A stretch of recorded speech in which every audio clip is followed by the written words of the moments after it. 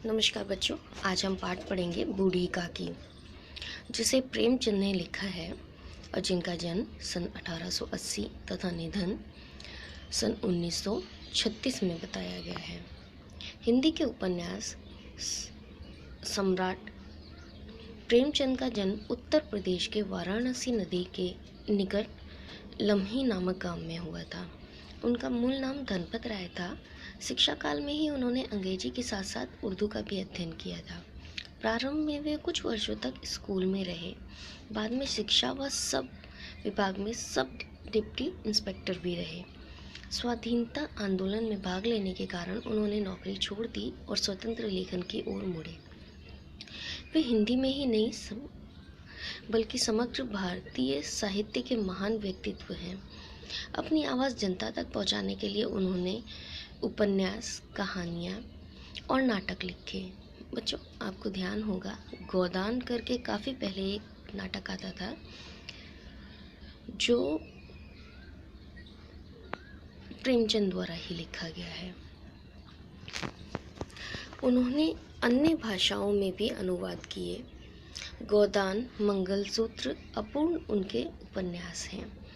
देखिए, यहाँ पे कुछ रचनाएं दी गई हैं उनकी, जो मैं दिखा रही हूँ। गबन, वरदान, प्रतिज्ञा, सेवा सदन, प्रेमाश्रम, रंगभूमि, कर्मभूमि, निर्मला, कायाकल्प, गोदान, मंगलसूत्र अपूर्ण उनके मंगलसूत्र जो है वो अपूर्ण है, उनके उपन्यास हैं। मानसरोवर उनकी 8 भागों में उनकी लगभग 300 कहानियाँ संग्रहित हैं। प्रेम की बेदी, करबला और संग्राम उनके नाटक हैं। कुछ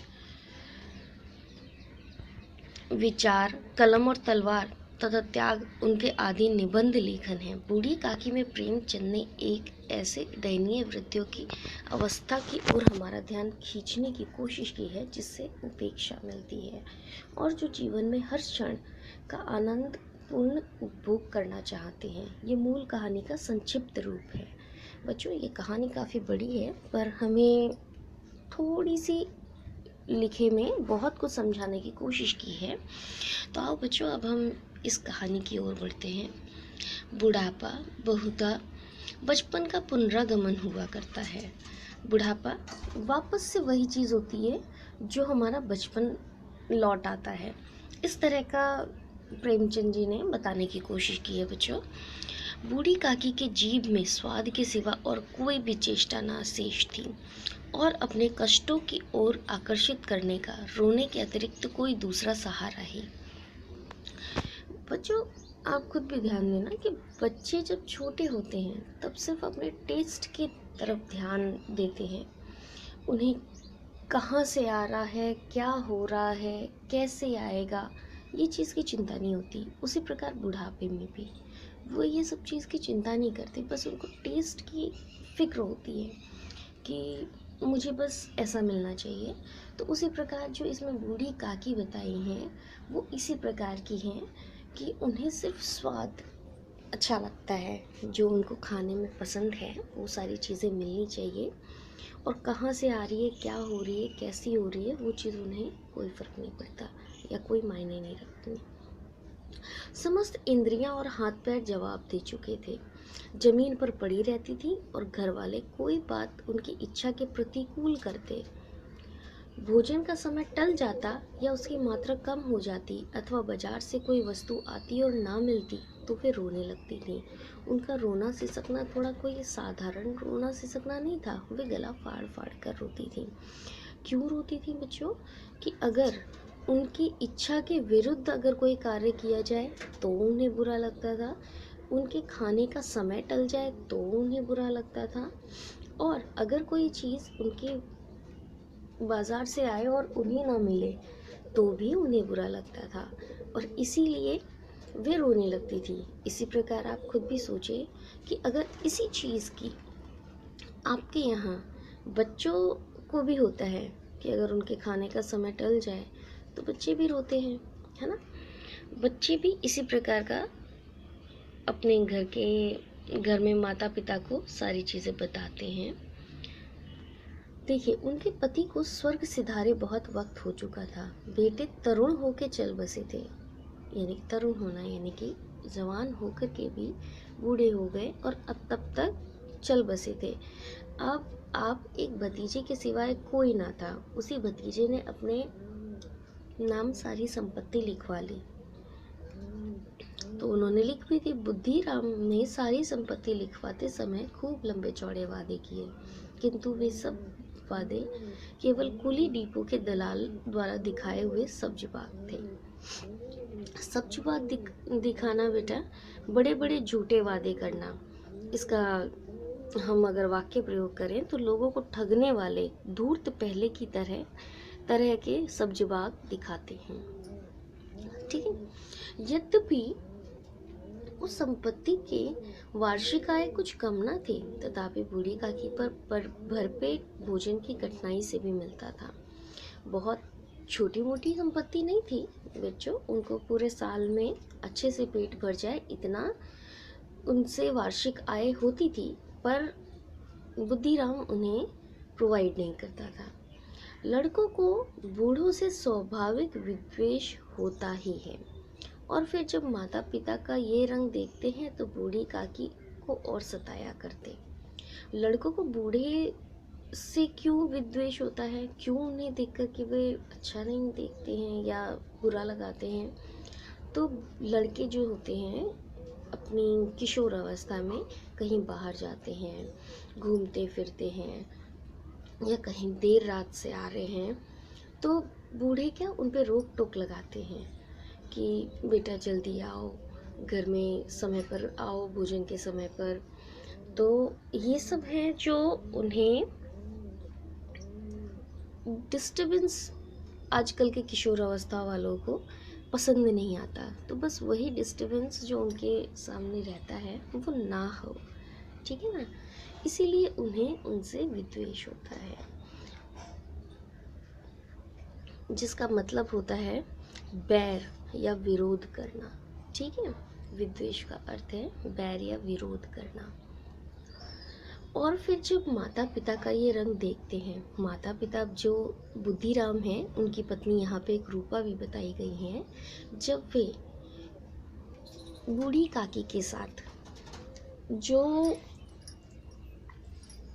उनका व्यवहार है वो तनिक भी अच्छा नहीं है, तो बच्चे जब माता पिता को देखते हैं अच्छा व्यवहार ना करने के लिए, उसी प्रकार बच्चे भी सामने करेंगे। तो जैसे दादी दादा के साथ में आप लोग अपने माता पिता को व्यवहार करते देखोगे, आप भी उसी प्रकार का व्यवहार करेंगे। तो ऐसा ही इस कहानी में भी बताया गया है बच्चों। देखिए, कोई चुटकी काट कर भागता तो कोई उन पर पानी की कुल्ली कर देता। चीख मार मार कर रोती थी, परंतु ये बात तो प्रसिद्ध थी कि वे केवल खाने के लिए रोती थी। अतएव उनके संताप और अंतर्नाद पर कोई ध्यान नहीं देता। वो कितना भी विलाप कर लें, कितना भी रो लें, कितना भी चिल्ला लें, कोई उनकी इस बात पर ध्यान नहीं देता था, केवल भोजन के समय। संपूर्ण परिवार में यदि काकी का किसी से अनुराग था, यानी कि जो प्यार था, वो केवल बुद्धिराम की छोटी लड़की लाडली से था। ठीक है। लाडली अपने दोनों भाइयों के डर से अपने हिस्से की मिठाई या चबेना बच्चों जो गांव में होता है ना, ममरे टाइप और पौआ, ये चबेना होता है, जैसे चने हैं, ये कुछ खाने की चीज़ें जो भूज के जो दिया जाता है उसे चबेना कहते हैं बच्चों। ठीक है। उसे अपने काकी के पास आकर खाती थी कि उसके भाई उससे ना छीन के खा लें। देखिए, आपके घर में छोटे भाई बहन होंगे, तो वो भी कुछ आपसे बचाकर अपने दादी के पास या नानी के पास या किसी और बड़े लोगों के पास जाकर खाते होंगे कि आप उनसे छीन कर ना खा लें, है ना। यही उसका रक्षागर था। और यद्यपि काकी की शरण उसकी लोलुपता के कारण महंगी पड़ती थी, अब प्यार के कारण उसको महंगी क्या पड़ती थी वो देखिए। तथापि भाइयों के अन्याय की तुलना में कहीं सुलभ थी। भाई जो है वो छीन कर खा लेते थे, पर यहाँ लाडली क्या करती थी, अपने जो हिस्से का था, जो भी चबेना या कुछ मिठाई वगैरह लेके आती थी, वो काकी को खुद दे देती थी और उसे देने में बुरा भी नहीं लगता था। इस स्वार्थानुकूलता ने उन दोनों में सहानुभूति का आरोपण कर दिया था। दोनों में एक दूसरे के प्रति सहानुभूति थी। रात का समय था। बुद्धिराम के द्वार पर शहनाई बज रही थी और गांव में बच्चों का झुंड विस्मयपूर्ण नेत्रों से गाने का रसास्वादन कर रहा था। विस्मयपूर्ण बच्चों जो आश्चर्य भरे आंखों से देखते हैं ना, एकदम शॉकिंग, इस तरह से गाने का रसास्वादन कर रहा था।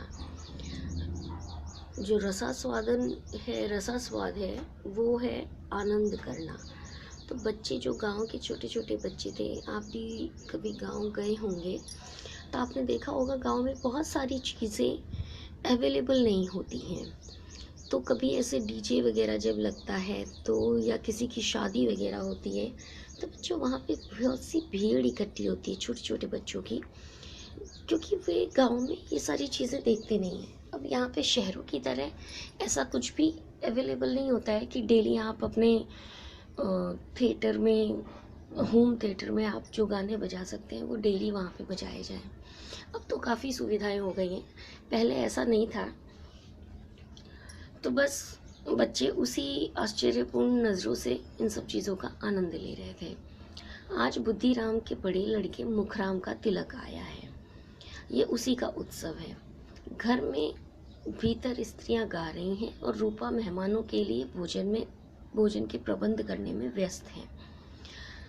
बच्चों, मैंने अभी थोड़ी देर पहले आपको बुद्धिराम की पत्नी रूपा के बारे में बताया था। ये वही हैं। उनके बड़े बेटे मुखराम का तिलक आया है। ध्यान दीजिएगा, इसके क्वेश्चन आंसर्स में आपको ये सारी चीज़ें छोटी छोटी पूछी जाएंगी, ठीक है। अब देखा होगा कि गांव में छोटे से, किसी भी गांव में अगर आप देखो छोटा सा भी कोई उत्सव होता है तो कई सारी स्त्रियां एक साथ इकट्ठी हो जाती हैं कमरे में या आंगन में।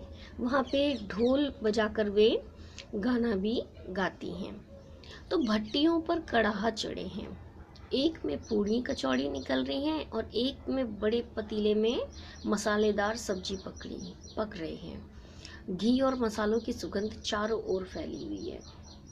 अब बूढ़ी काकी अपनी कोठरी में बैठी हुई थी। उन्हें ये सुगंध बेचैन कर रही थी। वे मन ही मन सोच रही थी, इतनी देर क्यों हो गई, कोई भोजन लेकर क्यों नहीं आया। ठीक है, तो बच्चों अब देखो आगे क्या होता है। मालूम होता है सब लोग भोजन कर चुके हैं। ये सोचकर उन्हें रोना आया, पर अब वे रो भी नहीं पा रही। क्यों? क्योंकि ऐसे शादी ब्याह के मौके पे अगर कोई रो दे तो अपशगुन ऐसा माना जाता है। अपशगुन के डर से वे रो भी ना सके। बूढ़ी काकी की कल्पना में पूड़ियों की तस्वीर अब नाचने लगी है। खूब लाल लाल, फूली फूली, नरम नरम होंगी। कचौड़ियों में अजवाइन और इलायची की महक आ रही होगी। एक पूड़ी मिलती तो ज़रा हाथ लगाकर देखती, क्यों ना मैं कढ़ा के सामने बैठूं।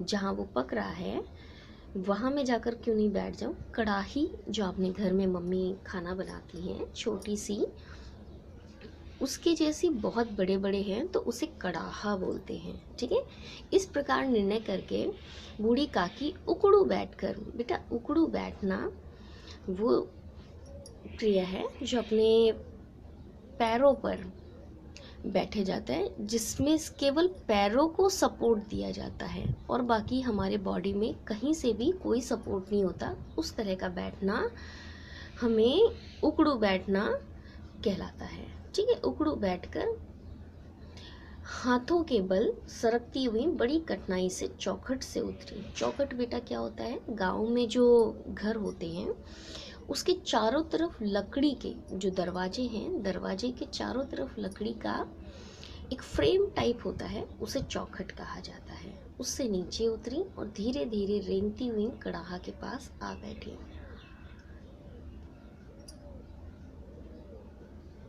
यहाँ आने पर उन्होंने उतना ही धैर्य बंधाया जितना भूखे कुत्ते को खाने वाले के सम्मुख बैठने में होता है। बच्चों, आप ध्यान देते होंगे कभी अगर आप बाहर गए हैं या आपने कभी कुत्ते को देखा होगा, आप कोई भी चीज़ खाते हो लेकिन कुत्ता आपको सिर्फ देखेगा, कुछ छीनेगा नहीं, झपटेगा नहीं।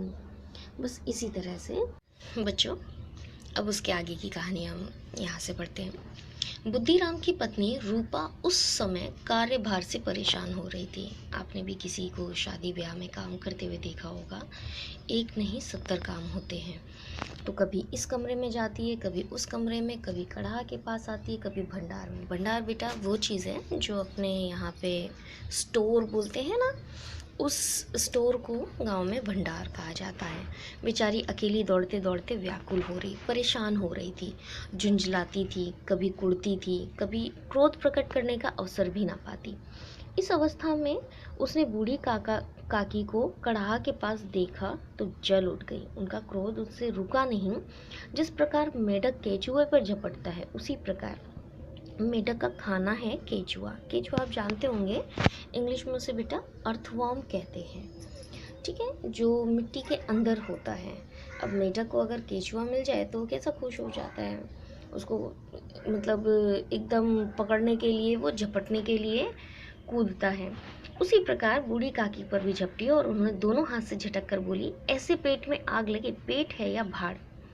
ठीक है, भाड़ बेटा जो हम बोलते हैं कि जो चबेना वगैरह भूनने वाला जो होता है उसे भाड़ कहा जाता है। उसकी जो जिस भट्टी में वो भूजा भूंजता है उसे, तो मोस्ट ऑफ टाइम आपने भी किसी को सुना होगा कहते हुए कि जा भाड़ में, देखा जाएगा। ठीक है, मुझे तेरे से ये काम करवाना है, पर अगर तुम ना करके देते तो कि जा तू भाड़ में। तो ये एक अच्छी तरह से उपयोग में लाया गया शब्द नहीं है। ठीक है, कोठरी में बैठते हुए क्या कम जो है, जो उन्हें दम घुट रहा था, ऐसा वे रूपा उससे बोलती हैं। अभी मेहमानों ने खाया नहीं, भगवान को भोग नहीं लगा, तब तक तो धैर्य ना हो सका तुमसे। बूढ़ी काकी ने सिर उठाया, ना रोई ना बोली, चुपचाप रेंगती हुई अपनी कोठरी में चली गई। भोजन तैयार हो गया, आंगन में पत्तलें पड़ गई। गांव में बच्चों, यहाँ पे तो अभी थर्माकोल की डिशेस दिखाई देती हैं, और गांव में पहले बड़े बड़े पत्ते आते थे, उनको जोड़ जोड़ कर एक थाली का निर्माण किया जाता था। बस वैसा ही, उसे ही पत्तल कहते हैं।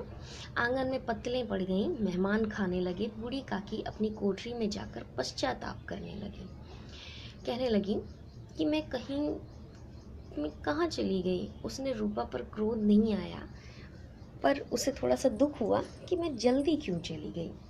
सच ही तो है, जब तक मेहमान को लोग ना खा लें, घर वाले कैसे खाएंगे। तो मुझे इतनी देर भी ना रहा गया, जब तक कोई बुलाने नहीं आएगा मैं नहीं जाऊंगी।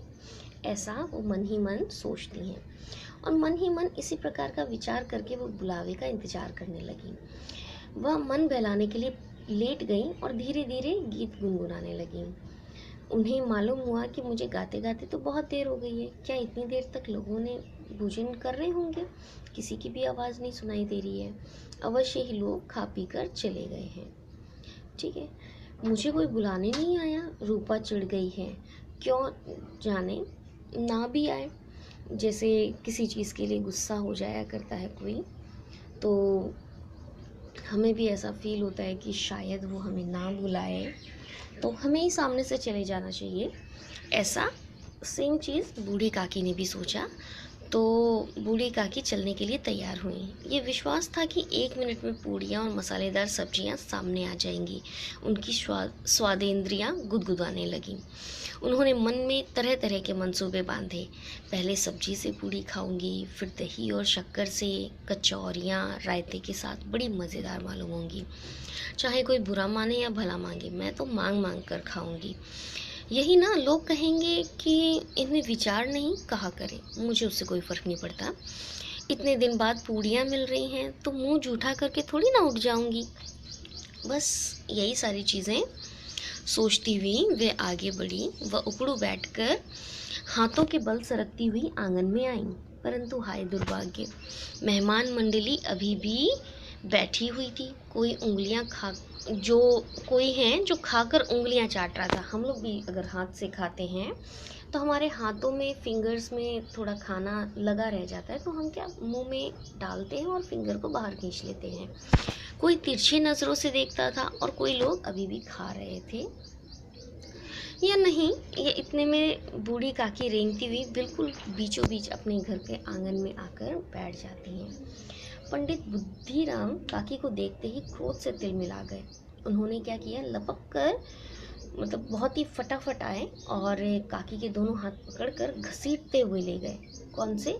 उसी अंधेरी को कोठरी में जाकर धम से दे पटका, जैसे कि उस कोठरी से अब वो बाहर ही ना निकले। मेहमानों ने भोजन किया, घर वालों ने भोजन किया, बाजे वाले, धोबी, नाऊ भी भोजन कर चुके थे, परंतु बूढ़ी काकी को किसी ने भी नहीं पूछा। बुद्धिराम और रूपा दोनों ही बूढ़ी काकी की उस निर्लज्जता के लिए उसे दंड देना चाहते थे। ठीक है, तो अब बूढ़ी काकी भी यही सोचती हैं कि हाँ, शायद इसी वजह से मुझे अब पूछा नहीं जाएगा या मुझे अब खाना नहीं देंगे, ऐसा अब वे सोचती हैं। कौन? बूढ़ी काकी ऐसा सोचती हैं कि मुझे अब दंड मिलेगा। उनके बुढ़ापे पर, दीनता पर किसी को भी करुणा ना आई। अकेली लाडली ही उसके लिए परेशान हो रही थी। अब लाडली कौन है? जो मैंने आपको बताया था, बुद्धिराम की जो छोटी बेटी है वो है। लाडली का काकी से अत्यंत प्रेम था। आपको मैंने अभी थोड़ी देर पहले जो पहला पार्ट गया उसमें मैंने बताया था कि काकी के पास आकर लाडली अपनी बैठ कर के चबेना या मिठाइयाँ खाती थी। तो अब वो ही थोड़ा सा परेशान हो रही थी। वह झुंझला रही थी कि सब लोग काकी को बहुत सारी पूड़ियाँ क्यों नहीं दे देते? क्या मेहमान सबके सब खा जाएंगे? और यदि काकी ने मेहमानों से पहले खा लिया तो क्या बिगड़ जाएगा? वह काकी के पास जाकर उन्हें धैर्य देना चाहती थी, परंतु माँ के डर से वह न जाती। उसने अपने हिस्से की पूड़ियाँ बिल्कुल भी नहीं खाई। अब उसने क्या किया, थोड़ी सी पूड़ियाँ अपने किसी रुमाल में या किसी चीज़ में बचा ली। ठीक है, उन पूड़ियों को वो काकी के पास ले जाना चाहती थी। उसका हृदय अधीर हो रहा था, मन में धीरज नहीं बंध रहा था। सोच रही थी कि जैसे अब मेरे पास पूड़ियाँ इकट्ठी हो गई हैं, अब मैं क्या करूँ, फटाफट जाऊँ और काकी के पास जाकर उन्हें खिला दूँ। ठीक है, बूढ़ी काकी मेरी बात सुनते ही उठ बैठेंगी। पूड़ियाँ देखकर कितनी प्रसन्न होंगी, मुझे खूब प्यार करेंगी। रात के 11 बज गए थे। रूपा आंगन में पड़ी पड़ी सो रही थी। लाडली की आंखों में नींद ना थी। क्यों नहीं थी? अब देखो, काकी को पूड़ी खिलाने की खुशी उसे सोने ना दे रही थी। जब विश्वास हो गया कि अम्मा अब सो गई हैं, माँ जब अब सो गई है, तो वो चुपके से उठी और बूढ़ी काकी की कोठरी की ओर चली गई। अब यहाँ पे बूढ़ी काकी का क्या हाल था? अब देखो, बूढ़ी काकी को केवल इतना याद था कि मेरे हाथ पकड़कर घसीटे और फिर ऐसा मालूम हुआ कि जैसे कोई पहाड़ पर उड़ाए लिए जाता है। उसके पैर बार बार पत्थरों से टकराए और किसी ने उसे पहाड़ पर दे पटका और वे मूर्छित हो गई। मूर्छित हो जाना बेटा बेहोश हो जाना होता है। जब वे सचेत हुई तो किसी की भी ज़रा सी आहट ना मिलती थी। उन्होंने समझा कि सब लोग खा पीकर सो गए हैं और ये विचार कर कर काकी निराश में संतोष के साथ लेट गई। उन्हें अब ये निराशा हो गई कि अब शायद कोई मुझे खाने के लिए भी पूछने नहीं आएगा, क्योंकि उन्होंने क्या गलती कर दी थी। एक बार वो रूपा के सामने कड़ाहा के पास जाकर बैठ गई थी और दूसरी बार जब मेहमान खाना खा रहे थे तो बीचों बीच आंगन में भी आकर बैठ गई थी। ग्लानि से उनका गला भर आता था, परंतु मेहमानों के डर से वे रो भी ना सकी। सहसा उसके कानों में आवाज़ आई, काकी उठो, मैं पूड़ियाँ लाई हूँ। काकी ने लाडली से बोला। लाडली की आवाज़ पहचान ली और एकदम से चटपट उठ बैठी। दोनों हाथों से लाडली को टटोला और गोद में बिठा लिया। लाडली ने पूड़ियाँ निकाल के दी। अब बूढ़ी काकी हैं, जाहिर सी बात है काफ़ी बूढ़ी हो गई होंगी, तो उनकी आँखों में अब रोशनी जो है वो हल्की सी धुंधली हो गई है। इसीलिए उन्होंने क्या किया, लाडली को पकड़ा और छू कर देखा, क्योंकि अब रात के 11 बज रहे थे बेटा। अभी थोड़ी देर पहले इसमें पढ़ते हुए हमने पढ़ा था। तो बस सेम चीज़। अब इसके आगे की कहानी कि काकी ने पूछा, क्या तुम्हारी अम्मा ने दी हैं? तो लाडली ने कहा, नहीं, ये मेरे हिस्से की हैं। काकी पूड़ियों पर टूट पड़ी, जैसे 5 मिनट में पिटारी खाली हो गई। लाडली ने पूछा, काकी पेट भर गया क्या? अब देखो, थोड़ी सी वर्षा के ठंडक के स्थान पर गर्मी पैदा करती है ना। आपने भी कभी देखा होगा कि अपने यहाँ जब मौसम बहुत गर्म वाला होगा, अभी देखिए बारिश के मौसम आएगा जुलाई के बाद, है ना, जुलाई में, तो अभी करते करते कितनी गर्मी होगी, और अगर हल्की सी बारिश हो जाए तो उमस ज़्यादा होती है। बस वैसा ही इसमें भी दिखाई दिया है कि एक तो वो काफ़ी भूखी थी काकी, और उन्हें भी खाने के लिए चाहिए था, खाना नहीं खाया था, काफ़ी देर हो गई थी। ठीक है, अब उसमें लाडली के द्वारा लाई गई जो पूड़ियाँ हैं वो कैसी हो गई हैं? बिल्कुल ही थोड़ी सी हैं। तो अब उन थोड़ी पूड़ियों ने काकी की क्षुधा और इच्छा को और भी उत्तेजित कर दिया था। बोली, नहीं, जाकर अम्मा से और मांग लाओ। तो लाडली ने कहा, अम्मा सो गई हैं, जाऊंगी तो मारेगी। काकी ने पिटारी को फिर टटोला। इसमें कुछ खुरचने गिरी थी। खुरचन बेटा, जो रोटी के छोटे छोटे टुकड़े जो एकदम सॉफ्ट होते हैं और टूट कर गिर जाते हैं, उन्हें निकाल कर वे खा गई। बार बार होठों को चाटती थी और चटकारे भरती थी। जैसे आप भी कभी कुछ मम्मी अच्छा खाना बना देती हैं तो आप भी बोलते हो ना कि और ले आओ, और जब वो ख़त्म हो जाता है या अवेलेबल नहीं होता है तो कि लाओ मम्मी, मैं पर जिस डब्बे में रखा है उसे ही लेकर चाट लो थोड़ा सा। बस उसी प्रकार का बूढ़ी काकी भी ऐसे करती हैं। हृदय महसूस रहा था, और पूड़ियाँ कैसे पाऊँ? मन में इच्छा थी कि और पूड़ी मुझे कैसे मिल जाए। काकी का मन अधीर मन इच्छा से प्रबल प्रवाह में बहता गया। ठीक है, उचित और अनुचित का विचार न जाता रहा। उचित क्या है और क्या गलत है, क्या सही है, ये भी चीज़ उन्हें नहीं लगा। वे कुछ देर तक अपनी इच्छा को रोकती रहीं, पर फिर उनके साथ में क्या हुआ, सहसा लाडली से वो क्या बोली कि चल ठीक है, मेरा हाथ पकड़कर वहाँ ले चलो जहाँ मेहमानों ने बैठकर खाना खाया था। लाडली उनकी बात को नहीं समझ सकी कि वो क्यों ऐसा कह रही हैं, लेकिन फिर भी छोटी सी बच्ची है, ज़्यादा बड़ी भी नहीं है, उसने काकी का हाथ पकड़ा और ले जाकर झूठे पत्तलों के पास ले जाकर बिठा दिया। अब काकी पत्तलों में से पूड़ियों के टुकड़े चुन चुन कर खाने लगी। देखो बच्चों, यहाँ पर उस काकी की क्या दयनीय स्थिति बताई गई है कि बुद्धिराम को हमने जो फर्स्ट पार्ट में पढ़ा था कि बुद्धिराम को उन्होंने पूरी संपत्ति लिख दी थी, जिससे उन्हें वार्षिक आय 200 रुपये की होती थी। बेटा, जब 1990 की अगर मैं बात बताऊं या 1995, 96, 97, 98 की अगर मैं बात कहूं तो 10 रुपये में पूरा थैला भरकर सब्जियां आ जाती थी। जहाँ कोई 2 रुपये किलो बिक रहा है, कोई 5 रुपये किलो बिक रहा है, तो सोचो 200 रुपये 1980 से पहले, 1980 और 1880 से लेकर 1936 के बीच में जो प्रेमचंद जी रहे हैं, तो 200 रुपये बेटा बहुत आवक होती थी। ठीक है, अब इतनी आवक होने के बावजूद भी उस बूढ़ी काकी को कैसे खाना खाना पड़ रहा है? झूठे पत्तलों में से लेकर खाना खाना पड़ रहा है। ठीक है, तो अब जो काकी हैं वो किस तरह से अपना खाना खाएंगे और आगे क्या होगा, आओ पढ़ते हैं। देखो, काकी पत्तलों में से पूड़ियों के टुकड़े चुन चुन कर खाने लगी। ओह, कितना दही स्वादिष्ट था, कचौड़ियाँ कितनी सलोनी, कितनी खस्ता खस्ता बेटा, एकदम सॉफ्ट, जो खाते ही मुंह में पिघलती सी जाए, इस तरह का, कितना सुकोमल, कितनी कोमल है। काकी बुद्धिहीन होते हुए भी इतना जानती थी कि वो क्या काम कर रही हैं, जो उन्हें कदापि ना करना चाहिए। लेकिन बच्चों, अगर कोई इंसान भूखा हो, उसे भूखा ही सुला दिया जाए तो वो ये करने पे भी मजबूर हो जाता है।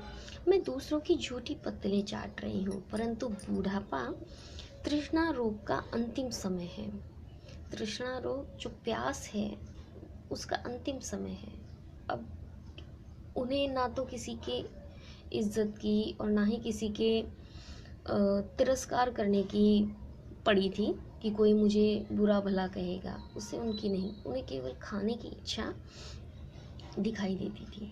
तो जब संपूर्ण इच्छाएं एक ही केंद्र पर आ लगती हैं, बूढ़ी काकी में भी यही केंद्र उनकी स्वादेंद्रियां थी, जो केवल स्वाद को ही मानती थी। ठीक उसी समय रूपा की आंख खुली। उसे मालूम हुआ कि लाडली मेरे पास नहीं है। चौकी चारपाई के इधर उधर देखने लगी, कहीं वो नीचे तो नहीं गिर गई। तो वहाँ उसे ना पाकर उठी तो देखती है कि लाडली झूठे पत्तलों के पास चुपचाप खड़ी है और बूढ़ी काकी पत्तलों पर से पूड़ियों के टुकड़े उठा उठा कर खा रही हैं। रूपा का हृदय सन्न हो गया, एकदम शॉक्ड हो गई वह। ये दृश्य था कि उसे देखकर देखने वालों का भी हृदय कांप उठता है। ऐसा प्रतीत होता कि मानो जमीन रुक गई, आसमान चक्कर खा गया, संसार पर कोई विपत्ति आने वाली है। रूपा का क्रोध जो था वो उसे नहीं आया। उस अब शोक के आगे वो कैसे क्रोध कर सकती है? एकदम वो शॉक्ड हो गई है, तो वो कैसे गुस्सा भी करे? करुणा और भय से उसकी आंखें भर आईं। बच्चों, हम लोगों ने ऐसी कहावतें भी सुनी होंगी कि माता पिता का किया गया जो भी कर्म हो वो कौन भुगतता है? बच्चे उसके भुगतते हैं। तो अब रूपा को भी ऐसा ही लगता है। इस अधर्म के पाप का जो भागी है वो कौन है? ठीक है, उसने सच्चे हृदय से गगन मंडल की ओर हाथ उठाकर कहा। अब गांव में तो आप जानते ही हैं, घर काफ़ी बड़े बड़े होते हैं। आंगन में वो लोग अपनी चारपाई डालकर सो रहे थे, तो आंगन में छत नहीं होती है, एकदम साफ आसमान उन्हें दिखता है। तो हाथ उठाकर एकदम से कहा, परमात्मा मेरे बच्चों पर दया करो, इस अधर्म का दंड मुझे मत दो, नहीं तो मेरा सत्यानाश हो जाएगा। रूपा की ओर स्वार्थपरता और अन्याय इस प्रकार प्रत्यक्ष रूप में कभी ना दिख पड़े थे।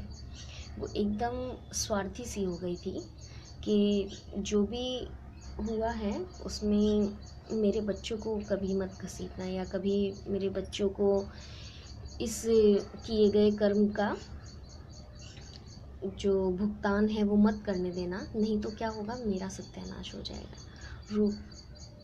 वह सोचने लगी, हाय मैं कितनी निर्दय हूँ, मतलब मेरा मन कितना निर्लज है। जिसकी संपत्ति से मुझे 200 रुपये वार्षिक आय हो रही थी, उसकी ही ये दुर्गति।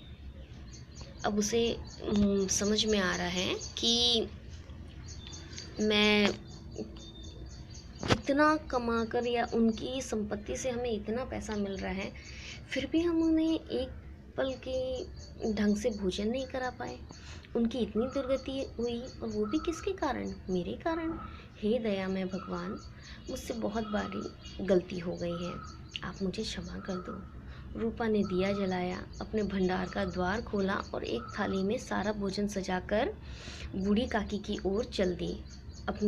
उसने कंठावृत स्वर में कहा, काकी उठो, भोजन कर लो। मुझसे आज बड़ी भूल हुई, उसका बुरा ना मानना। परमात्मा से प्रार्थना कर दो कि वे मेरा अपराध क्षमा कर दें। भोले भाले बच्चों की भांति जो मिठाइयाँ पाकर मार और तिरस्कार सब भूल जाता है, बूढ़ी काकी भी सब भुलाकर बैठी हुई खाना खा रही थी। उसके मन में रोए रोए से सच्ची सदिच्छाएं निकल रही थीं। सदिच्छाएं बेटा, जो शुभकामनाएं होती हैं उसे कहा जाता है। और रूपा बैठी इसी स्वर्गीय दृश्य का आनंद लेने में निमग्न थी। माँ अगर बहुत मारे, ठीक है, बच्चे को किसी गलती पर, और बाद में छोटी छोटी बात को, चल यहाँ से हट जा, यहाँ पे ये मत कर, ये मत बैठ, मतलब कोई भी शैतानी करता है तो उसको गुस्सा कर देती हैं, या उसके किसी दोस्त के सामने इंसल्ट भी कर देती हैं। लेकिन यही अगर उसे कोई अच्छी सी लॉलीपॉप या कोई कैंडी दे दी जाए, या उसके मनपसंद का खाना दे दिया जाए, तो बच्चा फिर वही सारी चीज़ें लेकर बैठता है कि आपने तो, मेरा वो दोस्त आया था उस समय तुमने मुझे डांटा था, उसके सामने मेरी इंसल्ट कर दी थी, अब मैं जाऊँ नहीं बोलूँगा, या मैं ये नहीं खाऊँगा। नहीं, उसमें हमेशा से ऐसा ही रह जाता है कि अरे मुझे तो पिज़्ज़ा मिल गया, बर्गर मिल गया, चलो मैं खा लेता हूँ। ठीक है। तो यहाँ पर बूढ़ी काकी ने भी वो जो रूपा ने उसके साथ व्यवहार किया था, उसे डांट दिया था या गुस्सा किया था, या बुद्धिराम ने भी उसे घसीट कर जो ले जाकर उसकी कोठरी में पटक दिया था, वो सारी चीज़ें भूल जाती हैं और चुपचाप भोजन कर लेती हैं। आओ बच्चों, हम शब्दार्थ पढ़ते हैं और थोड़े मुहावरे भी। पुनरागमन यानी कि वापस आना, अंतर्नाद दुख भरी चीख, सब्ज बाग झूठे सपने या झूठे वादे करना, शुद्धावर्धक भूख बढ़ाने वाली, रक्षागर सुरक्षित स्थान, दिक करना हैरान करना, उद्विन यानी कि चिंतित होना, सदिच्छाएं शुभकामनाएं, अच्छी इच्छा। ठीक है। सेतु यानी कि पुल। आपने ध्यान दिया होगा कि राम भगवान ने लंका तक सेतु बांध दिया था, याद है? तो बस उसे ही पुल कहते हैं। ग्रास यानी कि कौर, छोटे छोटे जो कौर हम रोटी के टुकड़े तोड़ते हैं और सब्जी में डुबो कर खाते हैं, उसे कौर कहते हैं। ठीक है, ग्रास। मंसूबे यानी कि कल्पनाएं, इच्छाएं। रसास्वाद यानी कि